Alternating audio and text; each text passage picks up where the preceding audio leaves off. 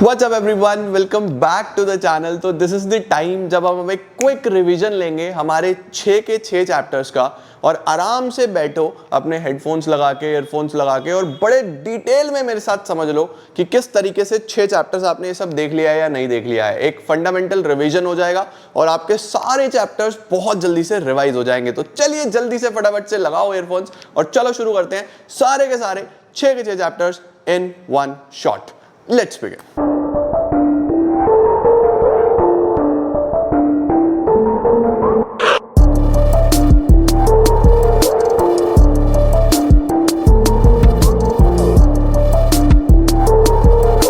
तो चलिए जी शुरू करते हैं हम लोग सबसे पहले स्टाफिंग के साथ। तो देखो आपका सबसे पहला चैप्टर है स्टाफिंग, जिसमें आपको सबसे पहले अच्छे से पता होना चाहिए कि स्टाफिंग का मतलब क्या है। तो स्टाफिंग का मतलब क्या होता है? Staffing means placing the right person at the right job. सही इंसान सही जगह पे होना चाहिए with right qualification eight the right time doing the right task. सब लिख देना बहुत अच्छे से स्टाफिंग की डेफिनेशन के बाद आपके पास आता है स्टाफिंग क्यों इंपॉर्टेंट है। तो स्टाफिंग क्यों इंपॉर्टेंट है? एक तो आपको सही इंसान सही जगह पे मिलता है, यानी कॉम्पिटेंट पर्सनल।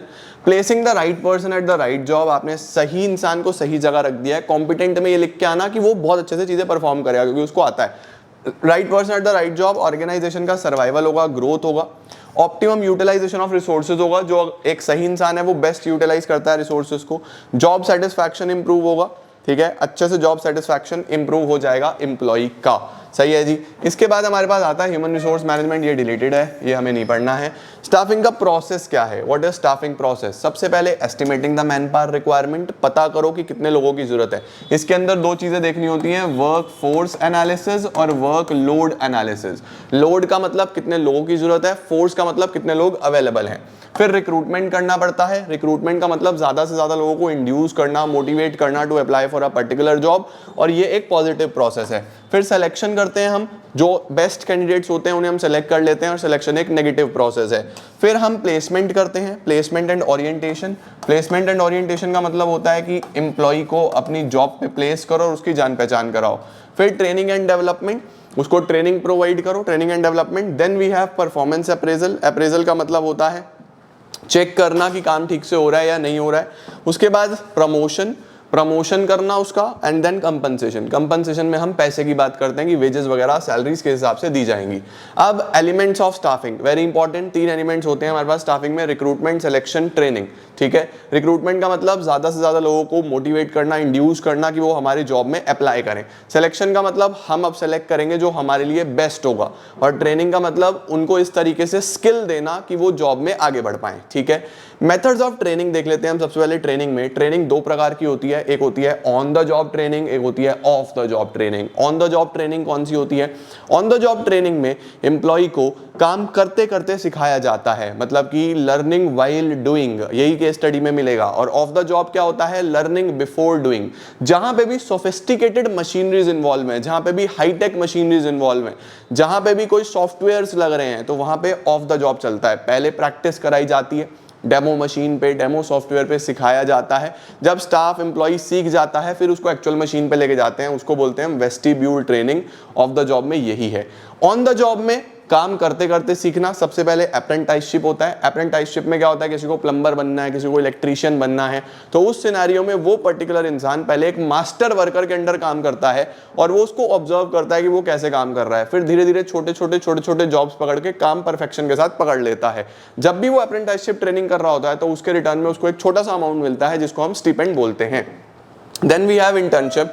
इंटर्नशिप क्या होता है हमारे पास? इंटर्नशिप में भी हम लोगों को स्टिपेंड मिलता है। इंटर्नशिप क्या होता है? इंटर्नशिप में एक यूजुअली कॉलेजेस का ऑर्गेनाइजेशंस के साथ, कंपनीज के साथ एक कॉन्ट्रैक्ट होता है कि हम अपने कॉलेज से बच्चे को भेजेंगे इंडस्ट्रीज में, कंपनीज में प्रैक्टिकल ट्रेनिंग के लिए, कि जो भी वो बच्चा किताबों में पढ़ रहा है वो प्रैक्टिकली प्रैक्टिस कर पाए। कहां पर? अपने एक वर्क प्लेस पे। वर्क प्लेस मतलब आप उन्हें कंपनीज में भेज रहे हो, आप उन्हें फैक्ट्रीज में भेज रहे हो, आप उन्हें इंडस्ट्रीज में भेज रहे हो। तो this is something which is called internship. Internship में भी वो करते करते सीखता है, जिसको पैसा मिलता है उसको हम स्टिपेंड बोलते हैं। इंडक्शन ट्रेनिंग क्या होती है? इंडक्शन होती है बेसिकली जान पहचान कराना, कि ऑर्गेनाइजेशन में शुरू में ही पहले ही दिन एम्प्लॉय की जान पहचान कराई जाती है, सो दैट वो किसी के लिए भी नेगेटिव एटीट्यूड बिल्डअप ना करे, सबके लिए पॉजिटिव एटीट्यूड रखे और अच्छे से आगे बढ़ पाए। तो ये इंडक्शन ट्रेनिंग होती है। ट्रेनिंग के बाद हमारे पास रिक्रूटमेंट आता है। रिक्रूटमेंट क्या है? ज़्यादा से ज़्यादा लोगों को मोटिवेट करना कि वो हमारे जॉब के लिए अप्लाई करें। दो प्रकार का रिक्रूटमेंट होता है, इंटरनल, एक्सटर्नल। अगर आपने लोगों को अपने ऑर्गेनाइजेशन के अंदर से ही उठाना है तो बोलते हैं इंटरनल रिक्रूटमेंट। अगर आपने लोगों को अपने ऑर्गेनाइजेशन के बाहर से चाहिए, आपको फ्रेश टैलेंट चाहिए, बढ़िया लोग चाहिए, तो वो होता है हमारे पास external. Internal source of recruitment में दो होते हैं, ट्रांसफर और प्रमोशन। ट्रांसफर हम लोग बोलते हैं बेसिकली ये हॉरिजॉन्टल ट्रांसफर होता है, एक जगह से उठा के दूसरी जगह, एक ब्रांच से उठा के दूसरी ब्रांच, ओवर स्टाफ्ड ऑफिस से उठा के अंडर स्टाफ्ड ऑफिस में लगाया। तो यहाँ पे ना पैसा बढ़ता, ना रिस्पॉन्सिबिलिटी बढ़ती, ना पोजीशन बढ़ती, सब सेम रहता है, बस एक जगह से उठा के दूसरी जगह रख दिया, उसको ट्रांसफर बोलते हैं। प्रमोशन क्या होता है? नीचे से ऊपर प्रमोट करना। एक एम्प्लॉय जो पहले लोअर लेवल पे काम करता था उसको थोड़ा ऊपर पुश करा जाएगा, तो ये वर्टिकल कहलाता है। होता दोनों ऑर्गेनाइजेशन के अंदर से है, that is why internal source है। एक्सटर्नल में आपने कौन कौन से पढ़े हैं? देखो ध्यान से फटाफट से। एक्सटर्नल में सबसे पहले डायरेक्ट रिक्रूटमेंट। डायरेक्ट रिक्रूटमेंट में क्या होता है? देखो मैं तुम लोग को सीधा बताता हूं। हमारे पास जो सोर्स ऑफ एक्सटर्नल रिक्रूटमेंट है, इसमें बच्चे बहुत कंफ्यूज होते हैं, तो मैं तुम लोग को बता देता हूं। सबसे पहले 3 प्रकार के तो इसमें एडवर्टीजमेंट्स हैं। 3 प्रकार के एडवर्टीजमेंट्स हैं। एक ये आ गया एडवर्टीजमेंट, एक हमारे पास एडवर्टीजमेंट ऑन टीवी आ गया, और एक ये इंटरनेट पे आ गया। तो हमारे पास 3 तरीके के एडवर्टीजमेंट्स होते हैं। कौन कौन से? एक एडवर्टीजमेंट चाहे न्यूज़पेपर में हो, चाहे मैगजीन्स में हो, किसी आर्टिकल्स में हो, एक एडवर्टीजमेंट टीवी पे हो गया और एक इंटरनेट पे हो गया। तो ये 3 तरीके के जब आप ऐड देते हो एम्प्लॉयज़ को बुलाने के लिए, तो ये आपका एक्सटर्नल में आ जाता है। उसके बाद अगर आपको बहुत अर्जेंट किसी एम्प्लॉय की ज़रूरत है तो आप अपने फैक्ट्री के डोर पे यूजुअली एक पोस्टर लगा देते हो। उस पोस्टर को देख के लोग वॉक इन करते हैं सीधा इंटरव्यू के लिए, और आप उसमें सिलेक्शन करते हो। उसको हम बोलते हैं डायरेक्ट रिक्रूटमेंट। कैजुअल कॉलर्स होता है जिसमें आपके पास पहले से ही एक लिस्ट बनी हुई होती है, जिसको हम वेटिंग लिस्ट बोलते हैं। सपोज आपने पिछली बार 10 लोगों का इंटरव्यू लिया, आपको 2 की जरूरत थी, बट आपको पसंद 4 आए थे, तो उस टाइम आपने 2 को जॉब दी, 2 को वेटिंग लिस्ट में रख दिया। तो अगली बार जब आपको जरूरत होगी तो पहले आप उन दोनों को कंसिडर करोगे, उसको हम बोलते हैं कैजुअल कॉलर्स। उसके बाद एम्प्लॉयमेंट एक्सचेंज और प्लेसमेंट एजेंसीज कौन होती हैं? ये लोग इंटरमीडियरीज होते हैं, जो लोग जॉब ढूंढ रहे हैं उन्हें मिलवाते हैं जॉब प्रोवाइडर्स से, कंपनीज से मिलवाते हैं। ठीक है, ये एक तरीके से इंटरमीडियरी है। मेरे पास कंपनी भी है और मेरे पास जिसको जॉब चाहिए वो लोग भी हैं, इन दोनों को मैं मिलवा दूंगा। तो मैं क्या कहलाऊंगा? या तो एम्प्लॉयमेंट एक्सचेंज या प्लेसमेंट एजेंसी। बस फर्क इतना सा है, एम्प्लॉयमेंट एक्सचेंज गवर्नमेंट के द्वारा चलाया जाता है, प्लेसमेंट एजेंसीज प्राइवेट इंडिविजुअल्स के द्वारा चलाई जाती हैं। कैंपस रिक्रूटमेंट, जब कॉलेज में जाके बच्चों को रिक्रूट करा जाता है, बच्चों को जाके सारे के सारे इंटरव्यू वगैरह करे जाते हैं, तो वो सब कैंपस रिक्रूटमेंट में आ जाता है। रिकमेंडेशन फ्रॉम प्रेजेंट एम्प्लॉइज, जब हमारा कोई अभी जो हमारा एम्प्लॉई है, जो हमारे लिए काम कर रहा है, वही रिकमेंड कर देता है, वही बता देता है, तो this is recommendation of employees. Recommendation of employees में हम सिर्फ रिकमेंडेशन से काम करते हैं। इसके बाद क्या आता है जी हमारे पास? ये हमारा हो गया सारे का सारे रिक्रूटमेंट के external sources. Then we have selection. Selection एक नेगेटिव प्रोसेस है। सिलेक्शन में आपको क्या करना है? स्ट्रेट फॉरवर्ड एम्प्लॉय को सेलेक्ट करना है। तो जिसमें भी सबसे कम आपको कमियां मिली और सबसे ज़्यादा पॉजिटिव मिले, आप उसको सेलेक्ट करते हो। सिलेक्शन कैसे होता है? सबसे पहले आपको सिलेक्शन का मतलब मैंने बता दिया। Then we have process. Process यहाँ से शुरू होता है, प्रिलिमिनरी स्क्रीनिंग। प्रिलिमिनरी स्क्रीनिंग क्या होती है? प्रिलिमिनरी स्क्रीनिंग यानी आप पहले से उसका फॉर्म देख के ही जो मिसफिट कैंडिडेट्स होते हैं उन्हें निकाल देते हो, उसको प्रिलिमिनरी स्क्रीनिंग बोलते हैं। फिर 5 प्रकार के टेस्ट होते हैं। पति टेस्ट, सिलेक्शन टेस्ट में 5 टेस्ट हैं। पति, PATII, पोटेंशियल। उसके बाद एप्टीट्यूड, नहीं पोटेंशियल नहीं, पर्सनालिटी, एप्टीट्यूड, ट्रेड, इंटरेस्ट और IQ। 5 टेस्ट होते हैं हमारे पास। पर्सनालिटी में ओवरऑल पर्सनालिटी चेक करना, ठीक है। उसके बाद एप्टीट्यूड में आपका पोटेंशियल चेक करना, ट्रेड में आपकी एग्जिस्टिंग स्किल्स चेक करना, इंटरेस्ट में आपका इंटरेस्ट चेक करना और IQ में आपकी इंटेलिजेंस चेक करना। ये 5 टेस्ट होते हैं। फिर जो लोग ये टेस्ट क्लियर करते हैं उनका इंटरव्यू होता है, employment interview face to face होता है, कॉन्फिडेंस चेक करने के लिए। फिर हम रेफरेंसेस चेक करते हैं उनके कुछ जान पहचान वालों से, उनके कुछ टीचर्स से, प्रोफेसर्स से, उनके कुछ नोन से हम पता करते हैं कि इनका बैकग्राउंड ठीक है या नहीं है। फिर हम डिसीजन बनाते हैं, selection decision. Then we have medical examination. फिर उनका मेडिकल एग्जामिनेशन होता है कि ये मेडिकली फिट है या नहीं है। Then there is job offer. फिर हम उनको जॉब ऑफर करते हैं जिसमें जॉब के बारे में सब कुछ लिखा होता है। और फाइनली अब आप अगर जॉब ऑफर एग्री करते हो तो फिर आपको मिलता है फाइनल कॉन्ट्रैक्ट ऑफ एम्प्लॉयमेंट। तो ये सब आपने पढ़ा था किसके अंदर? स्टाफिंग के अंदर। पूरा चैप्टर आपको मैंने क्विकली रिवाइज करा दिया और मुझे पूरी उम्मीद है आपको सारी चीजें हो गई होंगी। अब चलते हैं डायरेक्टिंग की तरफ। What is actually directing? आ जाओ जी, फटाफट से हम डायरेक्टिंग की तरफ चलते हैं। सबसे पहले डायरेक्टिंग का आता है हमारे पास मीनिंग। मीनिंग का मतलब देखो बहुत सिंपल है। डायरेक्टिंग का मतलब डायरेक्ट करना, गाइड करना, इंस्पायर करना, मोटिवेट करना अपने एम्प्लॉइज को। एक्चुअल में एक ऑर्गेनाइजेशन में काम यहीं से शुरू होता है कि आप लोगों को बता रहे हो कि किस तरीके से काम करना है, आप इंस्पायर कर रहे हो, आप मोटिवेट कर रहे हो, आप लीड कर रहे हो, आप गाइड कर रहे हो। दिस इज डायरेक्टिंग, ठीक है। इसके बाद डायरेक्टिंग के फीचर्स क्या हो जाते हैं? इट इनिशिएट्स एक्शन, यानी यहीं से इनिशिएशन होता है, एक्शन का काम शुरू होता है। It is a continuous function, चलता रहता है, डायरेक्टिंग कभी रुकता नहीं है। एक टारगेट खत्म हुआ दूसरा शुरू, दूसरा खत्म हुआ तीसरा शुरू। ये हर लेवल पे चलता है, टॉप लेवल मिडल को डायरेक्ट कर रहा है, मिडल लोअर को, लोअर वर्कर्स को, सब चलता रहता है। उसके बाद it flows from top to bottom, ऊपर से नीचे हमेशा चलेगा। डायरेक्टिंग क्यों इंपॉर्टेंट है जी? Why directing is important? Same to same वही इनिशिएट्स एक्शन, क्योंकि डायरेक्टिंग से ही आप काम शुरू करते हो। इट इंटीग्रेट्स एम्प्लॉइज एफर्ट्स, सभी एम्प्लॉइज के एफर्ट्स को एक साथ लेके चलना ही डायरेक्टिंग है। उसके बाद इट गाइड्स एम्प्लॉइज, ये आपके एम्प्लॉइज को इस फंक्शन के थ्रू आप अपने एम्प्लॉइज को गाइड करते हो, उनकी गलतियां सुधारते हो, तो बहुत अच्छा चलता है। स्टेबिलिटी और बैलेंस बना रहता है एक ऑर्गेनाइजेशन में डायरेक्टिंग की वजह से, कोई लड़ाई झगड़ा नहीं होता, अच्छे से मैनेजर सब कुछ मैनेज करके चलता है। उसके बाद फैसिलिटेट चेंज, अगर आप अच्छी डायरेक्टिंग करोगे तो आप समय के साथ खुद को बदल पाओगे, अदरवाइज पीछे रह जाओगे। तो डायरेक्टिंग की मदद से आप समय के साथ खुद को चेंज भी कर सकते हो। Then we have elements of directing, 4 elements हैं, फटाफट से याद कर लो। Supervision, motivation, leadership, communication. Supervision, motivation, leadership, communication. Supervision, motivation, leadership, communication. Staffing में क्या था? रिक्रूटमेंट, सिलेक्शन, ट्रेनिंग, ठीक है। यहाँ पे सुपरविजन, मोटिवेशन, लीडरशिप, कम्युनिकेशन, जिसमें सुपरविजन का सिर्फ मतलब याद रखना है, सुपर और विजन। सुपर का मतलब ऊपर से, विजन का मतलब नजर रखना। तो सुपरविजन का मतलब सिर्फ इतना होता है कि आपका जो सुपीरियर है वो आपको ऊपर से सुपरवाइज करेगा, बैठ के चेक करेगा कि आप ठीक से काम कर रहे हो या नहीं कर रहे हो। इसके बाद भी है मोटिवेशन। मोटिवेशन में क्या होता है? मोटिवेशन में अब्राहम मैस्लो का बहुत बड़ा रोल है, जिन्होंने ये कहा कि मोटिवेशन एक साइकोलॉजिकल फिनोमिना है, एक इंटरनल अर्ज है जो इंसान को अंदर से ही आती है अपनी नीड्स को लेके। तो motivation is a psychological phenomena जो किसी को आप पुश नहीं कर सकते। हाँ, motivation can be positive, can be negative. आप किसी को प्यार से भी काम करवा सकते हो, आप किसी को मार के भी काम करवा सकते हो, तो दोनों ही मोटिवेशन हो सकते हैं। इसके बाद भी हैव लीडरशिप। लीडरशिप का मतलब किसी को वॉलेंट्री, कोई आपको वॉलेंट्री फॉलो करे, आप इस तरीके से काम करो कि आप सामने वाले के लिए एक एग्जाम्पल हो, सामने वाले के एक इंस्पिरेशन हो, तो आप एक अच्छे लीडर हो। तो एक लीडरशिप एक स्किल है जिसमें आप सामने वाले से वॉलेंट्री उसकी इच्छा से काम करवाते हो। और कम्युनिकेशन तो आपको बताइए, जब दो लोग आपस में आइडियाज, सजेशंस, ओपिनियन शेयर करते हैं तो उसको हम कम्युनिकेशन बोलते हैं। अब हम शुरू करते हैं फटाफट से डायरेक्टिंग के साथ। डायरेक्टिंग में सबसे पहले आ जाती है मैस्लो की नीड्स। अब्राहम मैस्लो ने बोला कि एक इंडिविजुअल सिर्फ और सिर्फ अपनी नीड्स की वजह से मोटिवेट होता है। अगर आपकी सभी नीड्स फुलफिल्ड हैं तो आपको मोटिवेशन किस चीज से मिलेगा? मिलेगा ही नहीं। तो सबसे पहले किसी भी इंसान की बेसिक नीड्स होती हैं जिनको हम बोलते हैं फिजियोलॉजिकल नीड्स। फिजियोलॉजिकल नीड्स यानी रोटी, कपड़ा, मकान, बेसिक नीड्स को हम बोलते हैं। तो सबसे पहले एक इंसान को मोटिवेट करने के लिए उसकी फिजिकल नीड्स, फिजियोलॉजिकल नीड्स पूरी करना जरूरी है। उसके बाद इंसान मोटिवेट होता है सेफ्टी सिक्योरिटी से। मतलब एक बार उसकी बेसिक नीड्स पूरी हो गई, फिर वो चाहता है कि मैं सिक्योर्ड रहूं दोनों तरीके से। जॉब सेफ्टी भी चाहिए और पर्सनल सेफ्टी भी चाहिए कि मेरा पर्सनल इंश्योरेंस भी हो, मेरी जॉब भी सिक्योर्ड हो। This is safety and security. तो पहले फिजियोलॉजिकल, फिर सेफ्टी सिक्योरिटी। एक बार ये हो गई, फिर इंसान चाहता है सोशल नीड्स। सोशल यानी बिलोंगिंगनेस नीड्स। फिर इंसान को कोई अपनापन चाहिए, फ्रेंडशिप, लव, केयर, अफेक्शन। फिर इंसान ये चीज ढूंढ रहा होता है। तो सबसे पहले मोटिवेट होता है बेसिक के लिए, फिर सेफ्टी सिक्योरिटी के लिए, फिर लव अफेक्शन ढूंढ रहा होता है। उसके बाद एस्टीम नीड्स। एस्टीम नीड्स का मतलब क्या होता है? फिर उसको स्टेटस चाहिए।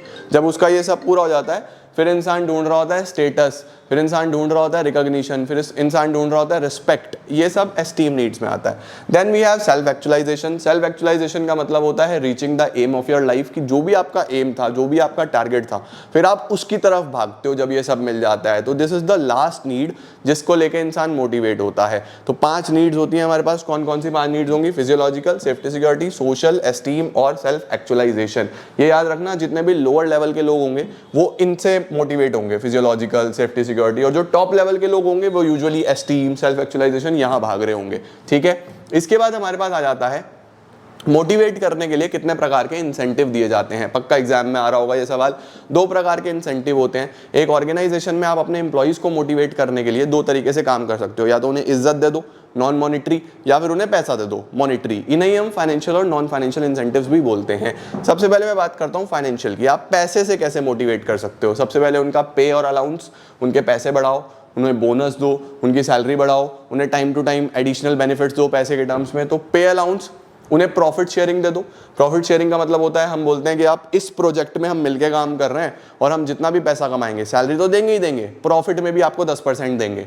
तो हमने जब एक पर्टिकुलर प्रोजेक्ट के लिए प्रॉफिट में भी 10% दे दिया तो सामने वाला अपने आप अच्छे से काम करेगा, तो प्रॉफिट शेयरिंग। प्रॉफिट शेयरिंग के बाद आ जाता है को पार्टनरशिप। व्हाट इज को पार्टनरशिप? आप कुछ शेयर्स दे देते हो, इसी को हम एम्प्लॉई स्टॉक ऑप्शन प्लान भी बोलते हैं, कि मैंने अपनी कंपनी में कुछ एम्प्लॉइज को शेयर्स दे दिए, उन्हें भी मालिक बना दिया, तो उन्हें लगेगा यार हम अच्छा काम करेंगे, कंपनी बढ़ेगी, कंपनी बढ़ेगी तो हमारे शेयर का वैल्यू भी बढ़ेगा, है ना। तो ये होता है को पार्टनरशिप। बोनस एक वन टाइम रिवॉर्ड होता है जो एम्प्लॉइज को दिया जाता है मोटिवेट करने के लिए, जैसे Diwali bonus, Eid bonus, new year bonus, Christmas bonus, ऐसा।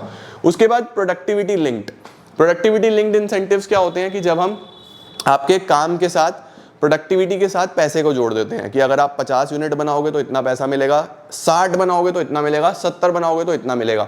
तो पैसा अलग अलग कर दिया, प्रोडक्टिविटी के साथ पैसे को जोड़ दिया, तो वहां से भी इंसान मोटिवेट होता है अच्छा काम करने के लिए। Then we have retirement benefits. Retirement benefits में हम यूजुअली पेंशन देते हैं, रिटायरमेंट बेनिफिट्स में हम रिटायरमेंट के बाद मेडिकल फैसिलिटी देते हैं, ये सब बेनिफिट्स होते हैं।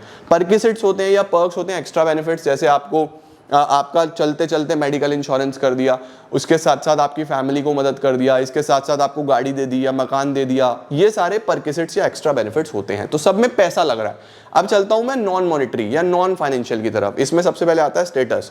स्टेटस क्या होता है? सामने वाले को एक अच्छी पोजीशन देना, सामने वाले को इज्जत देना, ये नॉन मॉनिटरी आ जाता है। देन ऑर्गेनाइजेशन का क्लाइमेट, वो जहां पे काम कर रहा है, कुछ लोग जहां पे काम कर रहे हैं उन्हें वो पोजीशन अच्छी चाहिए कि यार बढ़िया होना चाहिए, एसी वेसी लगा हुआ हो, ठंडा बढ़िया कंफर्टेबल जगह हो, तो उससे भी वो लोग मोटिवेट होते हैं। तीसरा करियर एडवांसमेंट। करियर एडवांसमेंट का मतलब कि आप उन्हें ट्रेनिंग वगैरह अच्छी दो ताकि उन्हें करियर में भी एडवांसमेंट मिले, उन्हें लगे कि इसके बाद जब हम आगे बढ़ेंगे तो करियर ग्रो करेगा।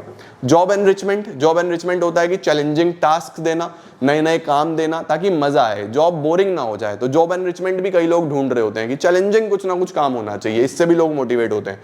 एम्प्लॉय रिकॉग्निशन, जो हम अवार्ड्स वगैरह देते हैं, एम्प्लॉय ऑफ द ईयर, इस साल किसने सबसे अच्छा काम करा, एम्प्लॉय ऑफ द मंथ, तो इस तरीके के अवार्ड से भी लोग काफी ज्यादा मोटिवेटेड फील करते हैं। जॉब सिक्योरिटी, आप सामने वाले को परमानेंट जॉब दो कि आपको कोई नहीं निकाल सकता, चाहे कोविड हो चाहे कुछ भी हो, इससे भी लोग मोटिवेट होते हैं। एम्प्लॉय पार्टिसिपेशन का मतलब होता है कि आप उन्हें डिसीजन मेकिंग में पार्टिसिपेट करवाओ, कि हम जो भी डिसीजन लेंगे अपने एम्प्लॉइज से पूछ के लेंगे, अपने एम्प्लॉइज को इज्जत दे के लेंगे, ये सब एम्प्लॉय पार्टिसिपेशन। ऑटोनॉमी मतलब फ्रीडम, उन्हें फ्रीडम देना कि वो अपने हिसाब से थोड़ा बहुत छुट्टी भी कर सकते हैं, संडे को काम भी कर सकते हैं, अपने हिसाब से थोड़ी बहुत डिसीजन मेकिंग भी कर सकते हैं। तो ऑटोनॉमी, फ्रीडम देना, ये भी एक काइंड ऑफ मोटिवेशन होता है एम्प्लॉय के लिए कि हमारे ऊपर कोई ऐसा बर्डन नहीं रखा गया बहुत बड़ा, हम फ्रीडम से काम कर सकते हैं। ये सारे के सारे इंसेंटिव्स होते हैं जो मोटिवेशन में करने हैं और बहुत इंपॉर्टेंट है। अब आ जाता हूं मैं लीडरशिप स्टाइल्स के ऊपर। 3 प्रकार के लीडरशिप स्टाइल्स होते हैं यार। लीडरशिप स्टाइल्स होते हैं ऑटोक्रेटिक, डेमोक्रेटिक, लेजी फेयर। सबसे पहले ऑटोक्रेटिक याद रखना, आई स्टाइल लीडरशिप। आई का मतलब बस मैं ही हूं जो हूं, मैं किसी की नहीं सुनूंगा, मैं जो कह दूंगा वो सुननी पड़ेगी। इसी को हम बॉस सेंटर्ड बोलते हैं, इसी को हम आई स्टाइल बोलते हैं, इसी को हम ऑटोक्रेटिक बोलते हैं। बस हिटलर ने कह दिया जो कह दिया। इसके अंदर फियर और पनिशमेंट पॉलिसी चलती है कि डरा के काम कराऊंगा, नहीं करोगे तो तुम्हारी ऐसी तैसी कर दूंगा। ये सारे के सारे हमारे पास किस में चलते हैं? ऑटोक्रेटिक में। डेमोक्रेटिक क्या होता है? डेमोक्रेटिक होता है we style. We style leadership में क्या होता है? ग्रुप सेंटर्ड बोलते हैं इसको, ग्रुप सेंटर्ड, डेमोक्रेटिक और वी स्टाइल। इसमें हम क्या कर रहे होते हैं? इसमें हम एक दूसरे के साथ मिलके काम कर रहे होते हैं। This is we style leadership या फिर डेमोक्रेटिक लीडरशिप। और तीसरा होता है फ्री रेन या लेजी फेयर, ये होता है यू स्टाइल। यू स्टाइल का मतलब आप खुद कर लो, जो लीडर होगा वो सिर्फ और सिर्फ आपको बता देगा कि ये रिसोर्सेज हैं, ये मैंने अरेंज कर दिया, अब अपने हिसाब से डिसीजन मेकिंग कर लो। जहां पे सबऑर्डिनेट्स बहुत ज्यादा स्किल्ड होते हैं, जहां पे उन्हें किसी लीडर की जरूरत नहीं है, वहां पे ये चलता है। इन तीनों की सूटेबिलिटी जरूर देख लेना, एडवांटेजेस डिसएडवांटेज जरूर देख लेना, इंपॉर्टेंट है, हेल्प करेंगे। इसके बाद लीडरशिप के क्या फीचर्स हैं? ये एबिलिटी है कि आप दूसरों को इन्फ्लुएंस कर पा रहे हो, स्किल है ये। आपका बिहेवियर चेंज होता है अच्छी लीडरशिप से, एक अच्छा लीडर आपके बिहेवियर को चेंज कर देगा बिना फोर्स करे। इसके अलावा आपकी अच्छी रिलेशनशिप को शो करता है लीडरशिप। उसके साथ कॉमन गोल्स अचीव होते हैं और it is a continuous process, चलता रहता है, ठीक है। Then we have communication. Communication में सबसे पहले 2 प्रकार की कम्युनिकेशन है, फॉर्मल और इनफॉर्मल। फॉर्मल कम्युनिकेशन में यूजुअली हम लोग सिर्फ और सिर्फ ऑफिस की बात करेंगे, डिसीजंस की बात करेंगे, गोल्स की बात करेंगे, अलग अलग रोल्स की बात करेंगे, रिटन फॉर्म में होगा, एक चेन में चलेगा। ये सब फॉर्मल के कैरेक्टरिस्टिक्स हैं। और इनफॉर्मल में हम इंटरपर्सनल रिलेशनशिप, आपसी फ्रेंडशिप, आपसी घर की बातें, एक्स्ट्रा टाइम में हम ये सब डिस्कस करते हैं। कोई चेन नहीं होती, कोई रिटन फॉर्म नहीं होता, जैसे मर्जी जिसका जो मन करे वो कर सकता है। इसको हम ग्रेप वाइन भी बोलते हैं, ये आपको पता होना चाहिए। देन इसके बाद कम्युनिकेशन में आपको कम्युनिकेशन का प्रोसेस पता होना चाहिए। जिसमें वो स्टार्ट होता है सेंडर के साथ, सेंडर के बाद मैसेज, मैसेज के बाद एनकोडिंग, फिर मीडिया, फिर डिकोडिंग, फिर रिसीवर। इस तरीके से आपके पास पूरा प्रोसेस है, वो प्रोसेस एक बार नज़र मार लेना। बैरियर्स आपके डिलीटेड है, बैरियर्स आपको नहीं पढ़ने। अच्छा जी, इसके बाद हमारे पास आता है कंट्रोलिंग। कंट्रोलिंग में हम सबसे पहले क्या देखने वाले हैं, कंट्रोलिंग का मतलब क्या होता है, व्हाट इज एक्चुअली कंट्रोलिंग।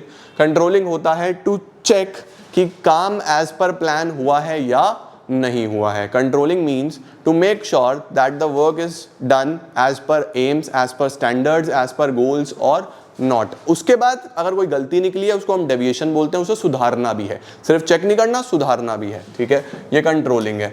इसके बाद कंट्रोलिंग क्या है, एक गोल ओरिएंटेड फंक्शन है। कंट्रोलिंग से आप गोल अचीव करते हो, कंट्रोलिंग में आप गोल के पीछे भाग रहे होते हो। नंबर 2 परवेसिव है, सभी को चाहिए, हर ऑर्गेनाइजेशन को चाहिए, चलता जाएगा चलता जाएगा चलता जाएगा, कभी खत्म नहीं होगा। Backward as well as forward looking, important point, दोनों होता है, बैकवर्ड भी और फॉरवर्ड भी। और उसके बाद कॉन्टिन्यूस प्रोसेस है, कभी रुकता नहीं है। कंट्रोलिंग क्यों इंपॉर्टेंट है, कंट्रोलिंग से आप अपने ऑर्गेनाइजेशनल गोल अचीव कर सकते हो, आपकी एक्यूरेसी ऑफ स्टैंडर्ड पता चलता है कि आपने कितने एक्यूरेटली अपने टारगेट्स को पूरा करा है। एफिशिएंट यूज ऑफ रिसोर्सेज, आप चेक कर पाओगे कि रिसोर्सेज प्रॉपर यूटिलाइज हुए हैं या नहीं हुए हैं। आपका एम्प्लॉय का मोटिवेशन काफ़ी इंप्रूव होगा, इससे ये आपके एम्प्लॉय का मोटिवेशन इंप्रूव करने में मदद करेगा। It ensures order and discipline, अच्छा डिसिप्लिन और ऑर्डर शो करता है, एंड इट फैसिलिटेट्स कोऑर्डिनेशन। ये सभी पॉइंट्स हमने कंट्रोलिंग में पढ़े हैं। इसके बाद प्लानिंग कंट्रोलिंग, ये डिलीटेड है, ये हमें नहीं पढ़ना। देन वी हैव कंट्रोलिंग का प्रोसेस। कंट्रोलिंग प्रोसेस में क्या था, सबसे पहले setting up of performance standard, साथ साथ याद करके चलना, परफॉर्मेंस स्टैंडर्ड सेट करो। अब ये स्टैंडर्ड जो हैं ये क्वालिटेटिव भी हो सकते हैं, ये क्वांटिटेटिव भी हो सकते हैं, ठीक है, क्वालिटेटिव क्वांटिटेटिव ये पता होना चाहिए। Then measurement of actual performance, फिर आपको मेजर करनी है, अगर प्रोसेस आएगा तो ये लिख के आना अच्छे से, क्वालिटेटिव क्वांटिटेटिव। फिर आप मेजर करते हो कि एक्चुअल कैसा परफॉर्म कराया आपने। मेजरमेंट के बाद फिर आप कंपैरिजन करते हो दोनों परफॉर्मेंस का। आप मेजर कैसे करते हो, अलग अलग रिपोर्ट से, अलग अलग रेशोज से, अलग अलग फीडबैक से, ऐसे मेजर होता है। कंपैरिजन ऑफ एक्चुअल परफॉर्मेंस, फिर आप कंपेयर करोगे कि क्या कमी है, ठीक है। फिर आप डेविएशंस को एनालाइज करते हो। अब डेविएशंस को एनालाइज करने के 2 तरीके होते हैं। एक होता है हमारे पास क्रिटिकल पॉइंट कंट्रोल, CPC, जो बोलता है की एरियाज पे फोकस करो, की रिजल्ट एरियाज पे, और एक होता है मैनेजमेंट बाय एक्सेप्शन, जो ये बोलता है अगर आप सब कुछ कंट्रोल करने की कोशिश करोगे तो हाथ में कुछ भी नहीं आएगा। बहुत इंपॉर्टेंट है, 2 नंबर के लिए जरूर देख के जाना। एनालाइजिंग डेविएशंस, डेविएशंस के बाद फिर टेकिंग करेक्टिव मेजर्स, आप मेजर्स लोगे सही करने के लिए चीजें, एंड देन लास्ट में फीडबैक, ठीक है जी। डेविएशंस कितने प्रकार के होते हैं, नेगेटिव डेविएशन और पॉजिटिव फीडबैक, और पॉजिटिव डेविएशन और जीरो डेविएशन। मतलब कि मेरा टारगेट था कि मैं 95% लेके आऊंगा और 95 ही आ गए तो जीरो डेविएशन, कोई डेविएशन नहीं है। 95 का टारगेट था, 90% आए, this is a negative feedback, मतलब नेगेटिव डेविएशन की रिजल्ट नहीं अचीव हुआ। 95 का टारगेट था, 98 आ गए, यार बहुत बढ़िया, ये है पॉजिटिव डेविएशन, ठीक है। तो deviation can be zero, positive और नेगेटिव। ये आपको कंट्रोलिंग में पढ़ना था। इसी के साथ आपके फर्स्ट पार्ट के तीनों ही चैप्टर्स हो जाते हैं समाप्त। अब हम चलते हैं अगले वाले चैप्टर्स की ओर। तो फाइनेंशियल मैनेजमेंट की शुरुआत कहां से होती है, फाइनेंशियल मैनेजमेंट में सबसे पहले आता है हमारे पास डेफिनेशन ऑफ फाइनेंशियल मैनेजमेंट। तो डेफिनेशन ऑफ फाइनेंशियल मैनेजमेंट आपने याद करी ली होगी, efficient acquisition, efficient utilisation, efficient distribution of funds at the availability of yours. आप फंड्स को किस तरीके से प्रॉपर्ली यूटिलाइज कर रहे हो, तीनों ही चीजें कर रहे हो, वो फाइनेंशियल मैनेजमेंट की डेफिनेशन है, ठीक है। फाइनेंशियल मैनेजमेंट क्या रोल प्ले करता है, फाइनेंशियल मैनेजमेंट के बहुत इंपॉर्टेंट है, क्योंकि फाइनेंशियल मैनेजमेंट के बिना कुछ नहीं हो पाएगा। तो फाइनेंशियल मैनेजमेंट का जो रोल है वो बेसिकली ये है कि आप वेल्थ बढ़ा पाओ, किसकी, अपने शेयर होल्डर्स की, और इक्विटी शेयर्स का प्राइस बढ़ा पाओ, ठीक है। इंपॉर्टेंस रोल एक बार अच्छे से देख लेना इसका। उसके बाद कितने ऑब्जेक्टिव्स होते हैं, how many objectives are there. देखो बेसिक ऑब्जेक्टिव तो है wealth maximisation of equity share holders, ये इस तरीके से लिख के आना। और इसके साथ साथ अगर वेल्थ मैक्सिमाइजेशन होता है तो 4 ऑब्जेक्टिव अपने आप पूरे होते हैं। वेल्थ बढ़ती है तो प्रॉफिट भी बढ़ती है, ऑब्वियसली बात है, प्रॉफिट बढ़ रहा है तभी तो वेल्थ बढ़ रही है। दूसरी बात है मेंटेनेंस ऑफ लिक्विडिटी, आपके पास लिक्विडिटी भी मेंटेन रहनी चाहिए, कैश की अवेलेबिलिटी भी रहनी चाहिए। इसके बाद प्रॉपर यूटिलाइजेशन ऑफ फंड्स, आपने यूटिलाइजेशन ऑफ फंड्स करा है तभी तो वेल्थ मैक्सिमाइज हो रही है। और चौथा होता है मीटिंग ऑफ फाइनेंशियल कमिटमेंट्स, आपके जो भी कमिटमेंट्स हैं, जो भी बोरोइंग्स हैं, उनका आप रिटर्न वगैरह प्रॉपर टाइम पे दे रहे हो या नहीं दे रहे हो। तो ये 4 ऑब्जेक्टिव्स होते हैं किसके, प्रॉपर फाइनेंशियल मैनेजमेंट के। ये एज इट इज लिख के आना, ये चार्ट बहुत इंपॉर्टेंट है। Wealth maximisation, profit maximisation, maintenance of liquidity, proper utilisation of funds. ये कितने डिसीजंस होते हैं हमारे पास, 3 डिसीजंस होते हैं जी। कौन कौन से 3 डिसीजंस होते हैं सर? सबसे पहला होता है कि पैसा कहां से आएगा, पैसा कहां से आएगा, दिस इज फाइनेंसिंग डिसीजन। कहां से आएगा में 2 सोर्स होते हैं कि मैं ओनर्स फंड्स अपना पैसा लगाऊं यानी इक्विटी, या बोरोड फंड, मैं बाहर से बोरो करूं यानी कि डेट। दो ही तरीके होते हैं, आपने बैलेंस शीट पढ़ा है ना, ये बैलेंस शीट में ये जितने भी एसेट्स आते हैं ये कहाँ से आते हैं, या तो लाइबिलिटी या कैपिटल। इसका मतलब या तो आपने बोरो करा होगा या आपने अपना पैसा लगाया होगा। तो एसेट्स में पैसा कहाँ से आएगा, इधर ओनर्स फंड्स और बोरोड फंड्स। फिर आप उसको कहाँ इन्वेस्ट करो, उसको बोलते हैं हम इन्वेस्टमेंट डिसीजन। तो इन्वेस्टमेंट डिसीजन में दो चीजें होती हैं, शॉर्ट टर्म के लिए इन्वेस्ट करूँ या लॉन्ग टर्म के लिए इन्वेस्ट करूं। शॉर्ट टर्म के लिए इन्वेस्ट करूं तो working capital decision, long term के लिए इन्वेस्ट करूं तो कैपिटल बजटिंग डिसीजन, ये याद रखना। उसके बाद जब आप पैसा अरेंज करके पैसा लगा दोगे, फिर पैसा बना लोगे, प्रॉफिट वगैरह बना लोगे, तो उस पैसे में से कितना मैं फ्यूचर के लिए बचाऊं और कितना मैं अपने शेयर होल्डर्स में डिस्ट्रीब्यूट कर दूं। भाई कुछ शेयर होल्डर पैसा मांगते हैं, कुछ बोलते हैं कि बचा लो, हमें और प्रॉफिट दे दो और इन्वेस्टमेंट कर दो, तो वो भी एक इंपॉर्टेंट डिसीजन होता है जिसको बोलते हैं डिविडेंड डिसीजन। इसमें कुछ फैक्टर्स कंसीडर करने पड़ेंगे, वो मैं अभी आपको इकट्ठे पढ़ाता हूँ, बढ़िया से अरेंज करे हैं मैंने। इसके बाद आता है फाइनेंशियल प्लानिंग। देखो जैसे मैनेजमेंट और प्लानिंग होता है यार, मैनेजमेंट और प्लानिंग तो बहुत अलग अलग कॉन्सेप्ट है, बच्चे पता नहीं क्यों कंफ्यूज होते हैं। मैनेजमेंट एक बहुत बड़ा कॉन्सेप्ट है जिसमें सब कुछ आता है और प्लानिंग उसका एक छोटा सा फंक्शन है। सिमिलरली फाइनेंशियल मैनेजमेंट में पैसे से रिलेटेड सब कुछ आता है और फाइनेंशियल प्लानिंग में आप सिर्फ प्लानिंग कर रहे हो एडवांस में कि आप पैसे को कैसे यूज करोगे। यार छोटा सा कॉन्सेप्ट यार, कंफ्यूजन क्या है, फाइनेंशियल मैनेजमेंट तो बहुत बड़ा कॉन्सेप्ट है और प्लानिंग में आप ये याद रखना, एडवांस वर्ड बार बार हो रहा होगा कि आप पहले से कुछ प्लान कर रहे हो, आप पहले से डिसाइड कर रहे हो कि पैसा किस तरीके से लगेगा। दिस इज फाइनेंशियल प्लानिंग, ठीक है। फाइनेंशियल प्लानिंग की क्या इंपॉर्टेंस है, क्यों फाइनेंशियल प्लानिंग इंपॉर्टेंट है? पहली बात, ये आपको फ्यूचर के लिए तैयार करता है। दूसरी बात, ये आपको बिजनेस शॉक सरप्राइजेस से बचाता है क्योंकि आपने पहले ही उस चीज के प्रोविजंस बनाए होते हैं। तीसरा, आपको अलग अलग फंक्शंस को कोऑर्डिनेट करने में मदद करता है, प्लानिंग हमेशा मदद करता है कोऑर्डिनेट करने में। उसके बाद आपके फंड्स का प्रॉपर यूटिलाइजेशन और ये आपके प्रेजेंट को फ्यूचर से जोड़ता है। It links present with future. आप ये भी बोल सकते हो कि ये फाइनेंसिंग डिसीजन को इन्वेस्टमेंट डिसीजन के साथ जोड़ता है। फाइनेंसिंग में पैसा आ गया, अब वो कहाँ लगेगा इसके बीच में प्लानिंग ही तो है यार, प्लानिंग से तो पता लगेगा कि वो कहाँ लगाना है। तो ये भी इंपॉर्टेंट लाइन है कि इट लिंक्स किसको लिंक करता है, फाइनेंसिंग डिसीजन को इन्वेस्टमेंट डिसीजन के साथ, ठीक है।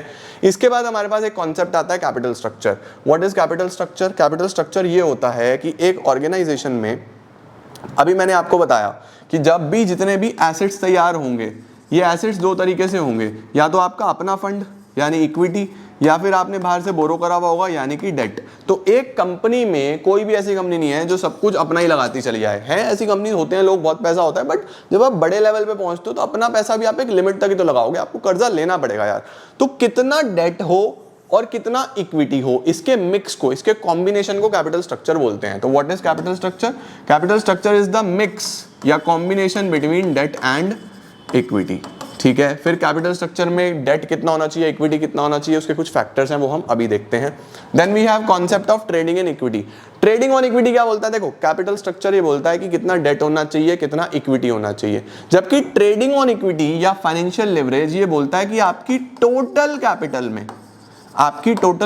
में अगर डेट होगा तो आपका बेनिफिट होगा, अगर डेट होगा तो बेनिफिट होगा, लेकिन उसकी एक कंडीशन है। क्या कंडीशन है? कि जो आपका रिटर्न ऑन इन्वेस्टमेंट है वो ज्यादा होना चाहिए रेट ऑफ इंटरेस्ट से। ये एक बेसिक कंडीशन है। तो बेसिकली कैपिटल स्ट्रक्चर क्या है? एक वो कॉन्सेप्ट है जो ये बताता है कि डेट कितना और इक्विटी कितना। और फाइनेंशियल लिवरेज क्या है? ये एक वो कॉन्सेप्ट है जो ये बोलता है कि अगर आप डेट लोगे तो आपके शेयर होल्डर को फायदा होगा, अर्निंग पर शेयर बढ़ के आएगा।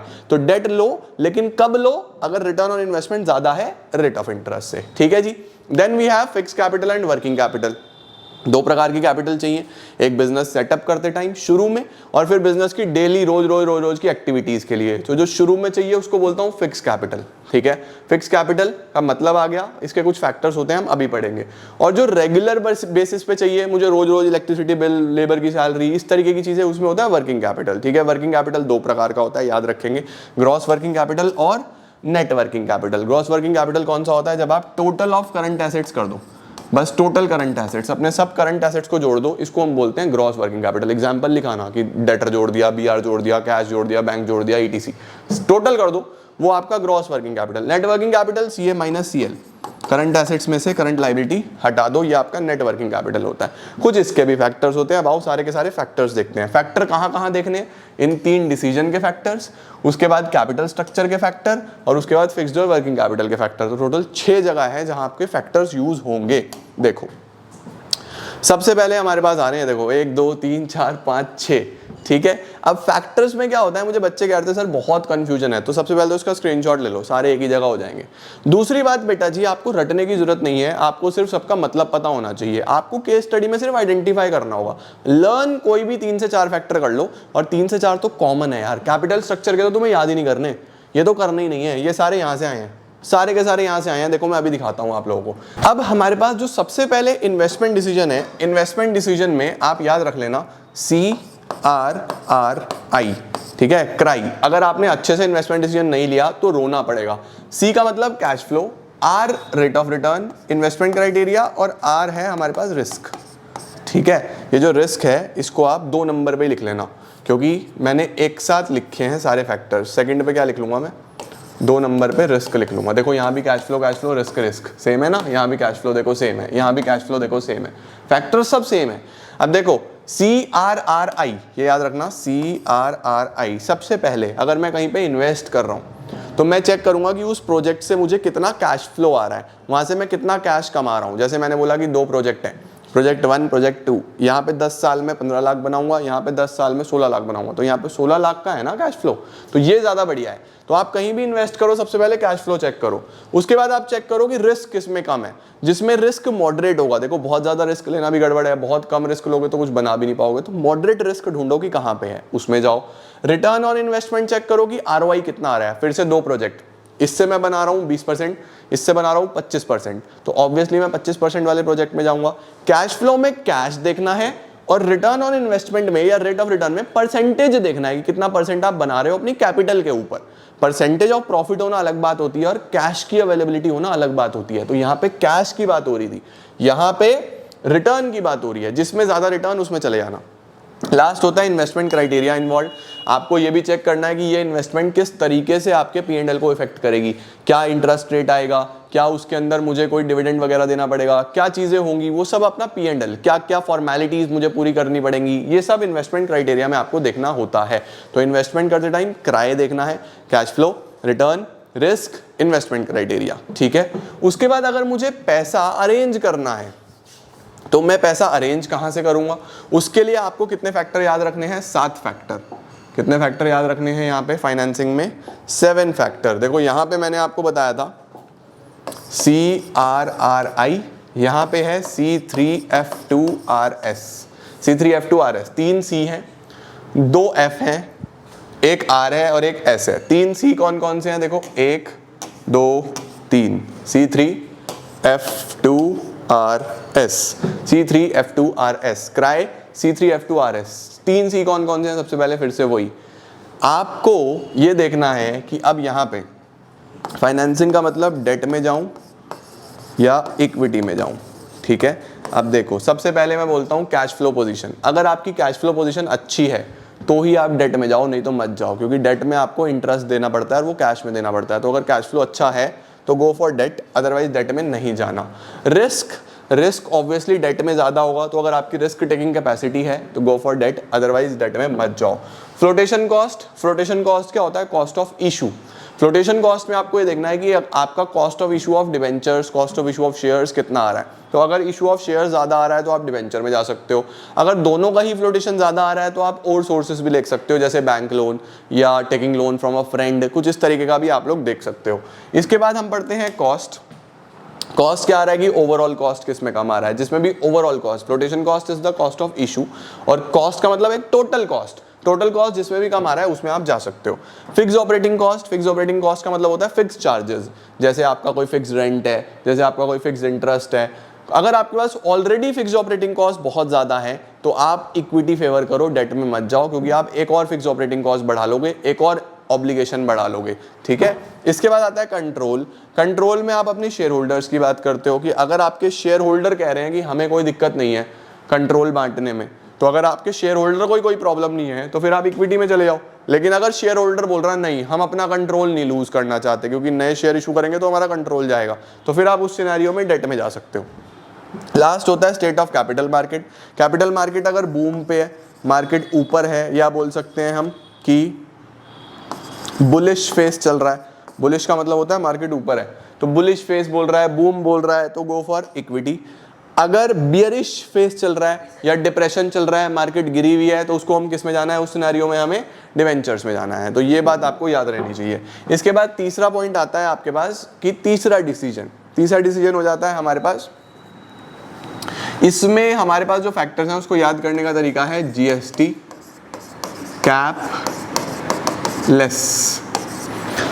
कैपलेस। तो जीएसटी कैपलेस इसमें हमने फैक्टर्स बनाए हुए हैं, ठीक है, जो आपको याद रखने हैं। इसमें हमें कितने दिख रहे हैं, जीएसटी,